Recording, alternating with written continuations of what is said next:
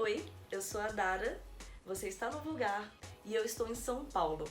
Eu cheguei ontem para a festa de comemoração de final de ano da Privacy e eu vou contar um pouquinho de como foi esse evento e também a minha vinda para cá.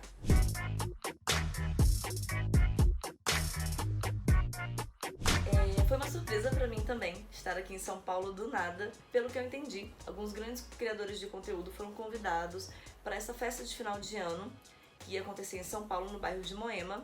E eu fiquei, caraca, não tem como ir. Queria conversar com essas pessoas, com essas meninas e meninos que vendem conteúdo, mas possível, né? E aí saiu uma matéria, acho que foi no Catraca Livre, acho que não sei se a galera mais nova acompanha, né, esse meio blog de notícias, e foi no Facebook, esse Flixbus chega no Brasil com passagens a R$20. Então vamos ver isso. E era real, a passagem realmente tava R$19,99. Eu fiquei, até por alguns amigos falarem, mas R$19,99 deve ser uma viagem muito... deve ser carroça, né? E eu fiquei com um pouco de receio, mas era o que eu tinha acesso. E também apareceu um trabalho super de surpresa na semana do evento. Falei, não, vai dar pra viajar, vamos ver onde é que isso vai dar. Então, garanti as passagens, consegui as passagens, acho que, se eu não me engano, né, quando tem menos lugares pra ofertar, eles aumentam um pouquinho o preço e também um pouco justo, né, essa questão da oferta-demanda, se você tiver uma urgência. E eu fiquei com esse receio, tive uma conhecida recente, que ela é modelo de publicidade, propaganda, e ela veio em São Paulo também pela Flixbus, falou que foi uma viagem horrível, péssima experiência. Mas a Flixbus, ao que eu entendi, ela pega também assentos de outras empresas que estejam com alguns lugares sobrando, não sei se são os primeiros lugares ou os últimos, não sei como funciona. Ela atende na Europa em viagens interestaduais, não cheguei a ver se trajetos maiores. E lá fora tem muitos elogios, né? Aqui no Brasil, eu vi muitas opiniões com relações a atraso, a falta de comunicação com o passageiro, mas comigo foi tudo tranquilo. A gente pegou, eu e minha amiga, que estamos aqui em São Paulo, um ônibus da Adamandina, se não me engano, algo assim, depois eu vejo com certeza. E a gente deu muita sorte, porque a passagem ela é R$20 com a escolha de assento aleatório. Então, se você quiser escolher um assento, você vai pagar, se for semi-leito, R$6, né, R$5,99, e se for leito, R$20 a mais. O que também é super barato, mais barato do que outras empresas, né? Então a gente deu muita sorte que a gente escolheu, eu fui no aleatório de R$20 mesmo, e caiu R$49,50, eu falei, nossa, é um semi-leito na frente do banheiro, vai ser uma viagem meio tensa, mas é o que eu posso bancar também. E não, na verdade a gente deu muita sorte, chegando lá, a gente chegou com uma hora de antecedência, tudo bonitinho, a gente foi super bem atendido no guichê dessa empresa, lá no Rio, e aí era leito, e a gente ficou, leito por R$20. E foi uma viagem muito tranquila, eu vim dormindo, ela veio fazendo stories todo o caminho. Parada no Graal, tudo certinho, foi meia hora lá no Graal pra dar uma esticada nas pernas. A gente conseguiu um Airbnb também super baratinho no bairro da Consolação, a 200 metros do metrô. Tá bem tranquilo também pra gente se deslocar. Eu tô prontinha porque eu vou daqui a pouco na Liberdade. Mas ontem, né, o evento, passada essa questão toda, da gente chegar aqui, o Flixbus, que é super barato, recomendo a beça. E claro que, né, não quer dizer que sempre vai ser uma viagem boa e que nem sempre vai ser péssima, né? Mas é questão ali de você ver com a empresa e se você foi mal atendido, reclamar também com essa empresa, não com a Flixbus, né, diretamente, mas também com essa empresa que tá atendendo através da Flixbus. A gente se arrumou, a gente foi toda bonita. Eu tenho aqui uns videozinhos só bem pouquinhos, bem rápidos, até pra não precisar ficar pegando direitos de imagem lá do evento com as meninas. Eu me senti bem em casa, de olhar em volta, e aí em casa eu danço como dançarina de boate também, né? Porque pode ser um pouco incomum para outras pessoas. Ninguém tava pelado, não tinha um surubão acontecendo, mas era um ambiente onde as mulheres e homens estavam bem livres. Por exemplo, uma coisa que eu acho muito bonita é homem de cropped, né? O corpo masculino de cropped. Então, assim, você via homens muito libertos também, e não somente homossexuais, mas também pansexuais, bis, possivelmente héteros também, né? A gente não consegue se livrar dessa praga, tem em todo canto. Mas foi muito bacana. Assim, eu fiquei pouco tempo, porque eu tava muito cansada e eu queria comer alguma coisa. Aqui no hotel a gente não tem... No hotel. Aqui no Airbnb. Aqui no... não consigo. Aqui no Airbnb a gente não tem muita coisa. Apesar de ter uma pequena cozinha, depois eu mostro também. Mas... Então a gente ficou um pouquinho tempo, uma coisa de 1 horinha. Então era uma festa open bar. Foi um evento open bar. Não tinha petisquinhos, nem pra comprar, nada. Então tinha essa tatuagem aqui de pele que a gente podia fazer do evento. Não sei se dá pra ler, né? Privacy Party. Tinha uns adesivinhos, uns espaços para as fotos, para fotos com o mascote da Privacy. E essa questão da liberdade, né, que tava falando das meninas. Então, assim, eram ou roupas decotadas ou muito curtinhas, todo mundo dançando.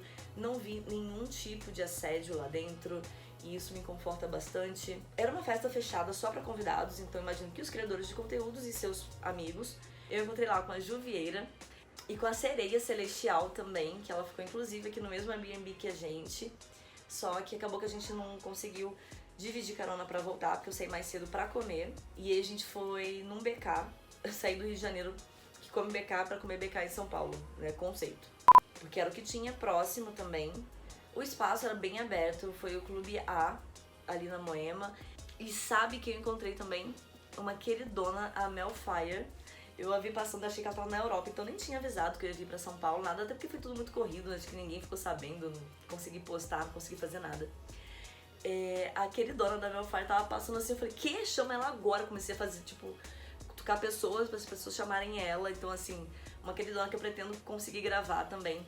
Eu já tenho uma live com ela no Instagram e queria também trazer aqui pro canal pra uma conversa vulgar, uma coisa mais tranquila de censura, né, que a gente sabe que o Instagram, ele é bastante fechado nesse quesito. E ao final do evento teve também a premiação da criadora de conteúdo mais popular da plataforma.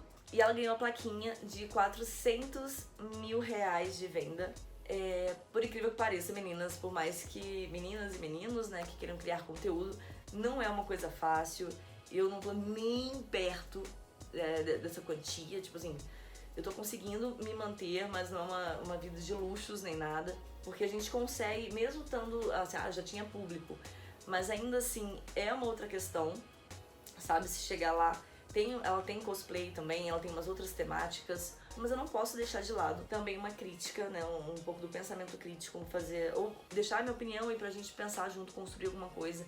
E aí vocês podem comentar aqui embaixo o que vocês pensam sobre isso, eu queria muito saber. Porque ainda assim, além de ser... Era uma festa diversificada, com público diversificado, e não é uma crítica para a plataforma em si, mas ainda assim eram corpos muito padronizados. Os estilos, claro, que mudam um pouquinho, uma coisa ou outra, mas era tudo muito parecido. E aí eu fico pensando o quanto que, na verdade, é o público que alavanca, né, esse conteúdo padronizado. E aí você vê que a galera que ganha uma certa consciência, e aí eu posso também incluir os esquerdomachos, né, aquela coisa do falso, eu não compro conteúdo, eu não gasto dinheiro com isso, mas aí tá vendo pornô gratuito e contribuindo com essa indústria pornográfica abusiva, ao invés de contribuir com quem tá produzindo porque gosta, tá contente, que tem o seu próprio conceito, né, e não cede tanto às pressões da indústria abusiva. Então essa galera vai ganhando uma certa consciência, ou que eles acreditam que seja uma certa consciência, aí deixa de consumir porque acha que é o correto, mas acaba consumindo de outras formas, que a gente sabe que, cara, é impossível você não consumir, né, de alguma forma. É claro que tem exceções também, exceções que também só confirmam a regra, a gente tem que pensar também, precisando, nós somos muitos,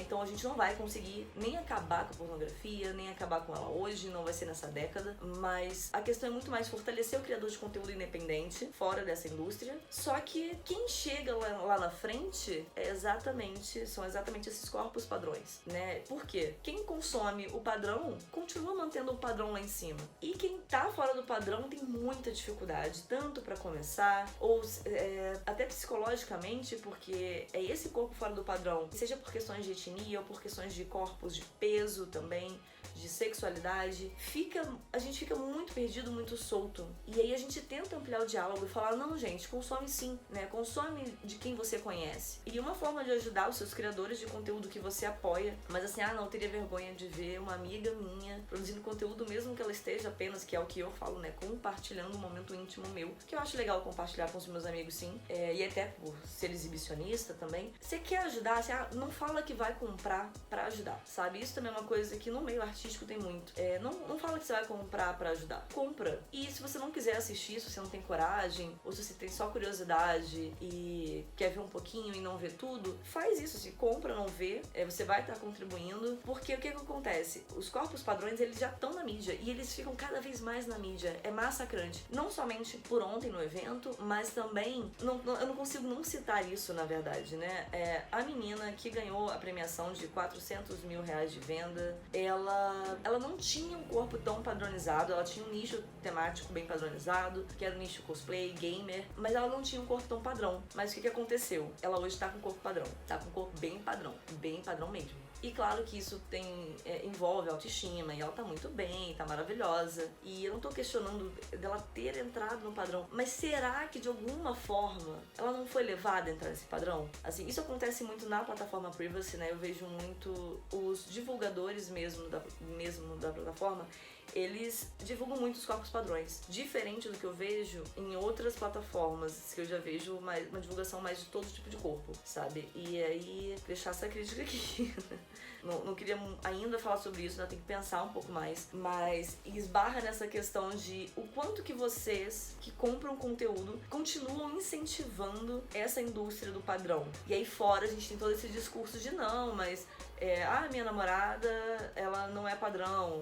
As minhas amigas, eu super apoio que elas façam todo tipo de esporte, todo tipo de atividade, e elas não têm corpo padrão, tá tudo bem, não sei o quê. Mas na hora de consumir conteúdo nu, sensual, erótico, você continua financiando o corpo padrão. E é esse corpo padrão que ganha premiações, que aparece na mídia, e não quer dizer que ela não teria ganho se ela não tivesse corpo padrão. Acho que ela teria ganho sim. Ela tá na Privacy desde o início, ela super fortaleceu, entrou junto com o projeto. Até esse foi um trechinho, né, do discurso da premiação, foi esse, de que ela sempre teve junto. Mas será que ela sofreu algum tipo de pressão social pra entrar nesse padrão? Então a gente tem que pensar sobre isso. E o quanto a gente tá financiando não só esse corpo padrão, mas em volta. Será que a segunda grande vendedora seria um corpo padrão? Eu acredito que sim. Uma terceira? Eu também acredito que sim. Por todo o público que tava lá. Era todo mundo muito padrão. Então, fica aí essa reflexão. E isso é uma coisa também muito curiosa. As mulheres fora do padrão, elas acabam se escondendo um pouco. E mais do que o stripper. Porque assim, ela é uma sex worker, então ela não quer aparecer. Não é só isso. Eu tenho mais dificuldades em meninas e meninos, né, aceitarem fazer a entrevista se elas não são no corpo padrão. Se elas não estão nesse padrão social. Então vamos fortalecer o canal, vamos falar sobre isso, vamos debater e trazer essas mulheres a dar as caras, a falarem sobre as suas profissões, que elas não devem ter vergonha nenhuma, né? Curte esse vídeo, se inscreve no canal, por favor. Tem muito trabalho aqui. E uma das coisas que também é bem curiosa e que eu quero muito conseguir trazer aqui pro canal é também entrevistar meninas e meninos com corpos não padronizados. Só que é muito mais difícil, eu tenho tido dificuldade, pessoas fora do padrão aceitem o convite para as entrevistas do que as pessoas que estão dentro do padrão social de corpos e sexualidade. Muito obrigada e até o próximo vídeo. Fala de novo. Oi, tudo bem? A Mari, a cozinha com um armarinho que tinha umas coisinhas de louça, geladeira, os copinhos, que é bem pequenininho, TV, varandinha maravilhosa, cama de casal,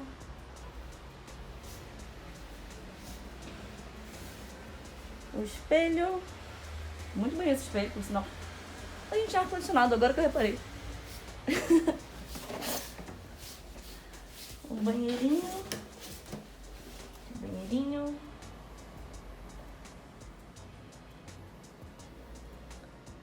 nossa, a gente deixou esse tapete todo mundo. Essa ducha é maravilhosa, falando nisso. Deixa eu mostrar a varandinha.